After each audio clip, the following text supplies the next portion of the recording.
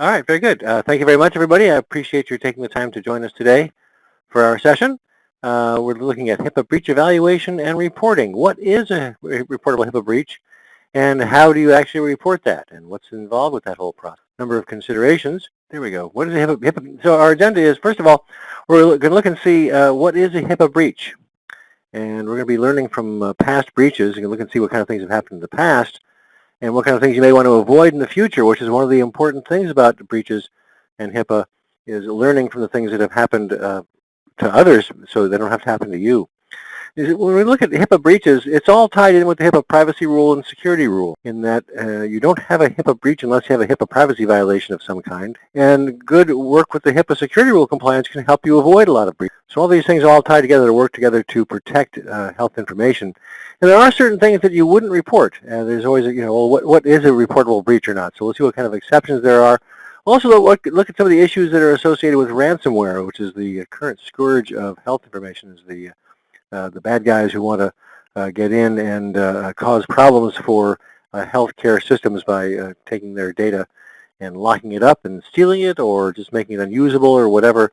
It's all just a real nightmare. The one thing is, if you have some kind of an incident that involves your health information, you have to look and see, is this something that might be a reportable breach? There are certain requirements you have for protecting information, and if there's something that's happened as some kind of an incident where information may have been lost or exposed in some way, you have to evaluate that kind of thing. So you have to understand that, what is your process? How do you look at this to decide is something reportable or not? And what are those requirements for reporting large and small breaches, and what kind of things belong in a report? It's important to use that opportunity when you're filing a breach report to include all the information that you can about all the things you've done to make sure this doesn't happen again.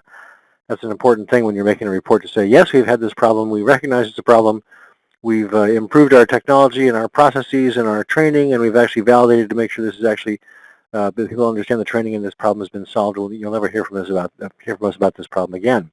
You want to be able to have all that kind of background in a report that you're filing, so it really involves you're having a good process for handling breaches from start to finish. Now, what we're talking about today is HIPAA privacy, security, and breach notification rules. What we're looking at is the notion of, protecting information. First of all, the privacy rule has been enforceable for almost 2 decades now, and it does establish certain rights of individuals and controls on uses and disclosures. It's all about that process of individuals being able to have certain access to their information, rights of control over distribution of their information. There are certain rights individuals have, and also various controls on how the organizations that are holding their information are allowed to use or disclose that. And if there's a use or disclosure that happens outside of what's allowed under the privacy rule, that becomes the kind of a thing that may wind up being a reportable breach under HIPAA. Now, the security rule is what's been in place since 2005, and that applies to all the electronic information, and gives you a flexible approach for looking at information security. The thing is, if the security rule is not overly specific, you have to use some risk analysis to understand, well, what are some of the issues that I may have where my information may get exposed or left out in the open for some reason or other. Okay. So the security rule is all about those measures that you take to protect electronic health information, and it works with the privacy rule. I mean, there are direct linkages that the reason for the security rule is to enable the protections that are called for in the privacy rule. And again, that's the kind of thing where if you make the right precautions under the security rule, you can help avoid some of the problems you might have under the privacy rule that might actually wind up being a reportable breach of some kind. Now, when it comes to breach notification, those rules have been enforceable since 2010. So it's been more than 10 years now. We're out of excuses for not being in compliance with breach notification. But if there's something that's reportable, it has to be reported to Health and Human Services and the individuals who are affected. And if you have a large breach that affects thousands of people, it can be very expensive. When you talk about getting out a letter to everybody, just postage alone is not a minor expenditure. And so there's examples of what we can learn not to do on the HHS website, where they post all the large breaches at this link here that I refer to sometimes as the wall of shame, although I probably should change that, because these days some of the large breaches, I mean, all the breaches that are 500 or more, so many of them used to be real wall of shame items, like unencrypted laptops and memory sticks and things like that are easily locked down and easily secured. But anyway, so what is a breach? It's an acquisition, access, use, or disclosure in violation of the privacy rule, except, okay, there's various exceptions. The first couple of exceptions have to do with the internal uses. Now, A use is within your organization. A disclosure is when the information goes to some other organization, goes over to your four walls. Okay, so a patient comes to you to be treated, they tell you some things, you have that information, you use that information to take care of the patient, and then you disclose the information to the billing company that handles the claims for you so you can get paid for the services you provided. So there's uses and disclosures, okay? They are not the same thing. Now, when it comes to these first bunch of exceptions, these have to do with internal uses within your four walls.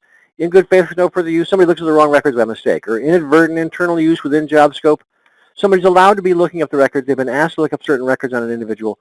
By mistake, they happen to look at the wrong individual's information. These kinds of things happen. That's not a breach. That's an inadvertent internal use, okay? So long as there's, in good faith with no further use, these are the kinds of things that qualify as your basic exceptions from the definition of what is a HIPAA breach. Now, when it comes to ransomware and breaches, there's the whole issue here of how you deal with this issue of ransomware, okay?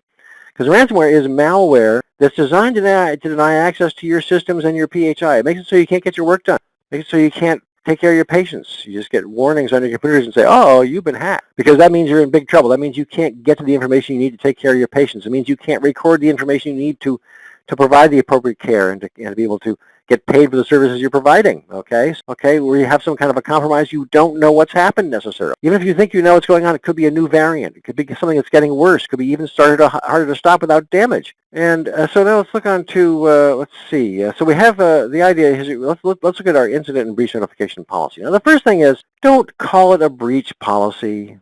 Don't start by referring to everything as a breach, okay? It's better to call it an incident handling policy, and incident handling and breach notifications, but start with the incident part, okay?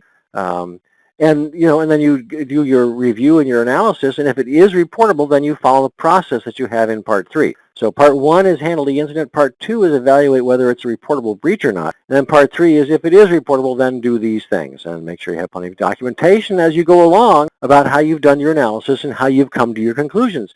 You can't just say, well, here's the answer we came to, and HHS says, well, how'd you do that? So when it comes to breach notification deadlines, it's the individuals, 60 days maximum. Large ones also get reported to HHS and the press at the same time as the individuals.